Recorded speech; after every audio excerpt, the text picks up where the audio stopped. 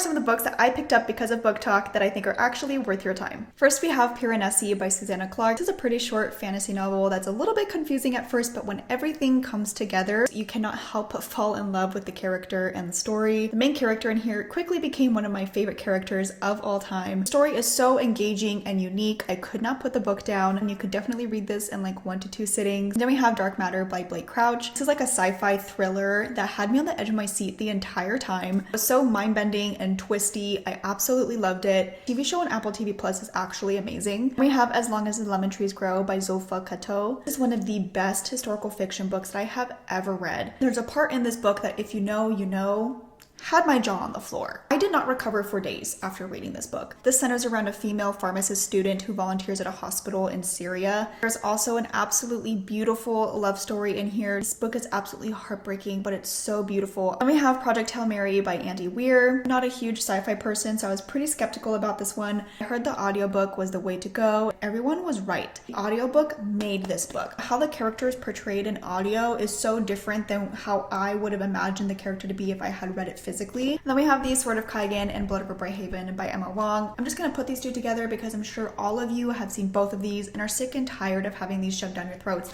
But these are just so amazing that I'm not going to shut up about them. They are still some of my favorite books of all time that I think about on a daily basis. These are two very different books. Do not go into one thinking that it's like the other one. Also, the time when I go into a book with high expectations, I'm disappointed. These ones blew my expectations out of the water. Absolutely loved them. Then we have the Bloodsworn Trilogy by John Gwynne. This series is absolutely freaking epic. One of the coolest series I've ever read. I had such a good time. It has one of my favorite female main characters of all time. You have found family, adventure, Norse mythology, inspired fantasy. I was nervous. I thought this would be like a dude's book, but it's really not a dude's book. I think everyone will enjoy this. Then we have We Used to Live Here. This is one of my favorite thriller horror books of all time. It went viral, but a lot of people also hated it at the same time. I am in the group of people that absolutely loved it, but I can understand why some people won't like it. It's definitely not for everybody. The ending had my jaw on the floor. It also like had more questions than answers at the same time. So if you don't like that, maybe don't read it. We have The Serpent in the Wings of Night by Carissa Broadbent. Book Talk romantasy recommendations are very hit or miss for me. Most of the time it's a miss, not gonna lie. So surprised by how much I loved this. I loved the characters and the trials and the romance in here. I actually really did enjoy. I will say the sequel isn't as good as the first book, but I still think the series is worth picking up.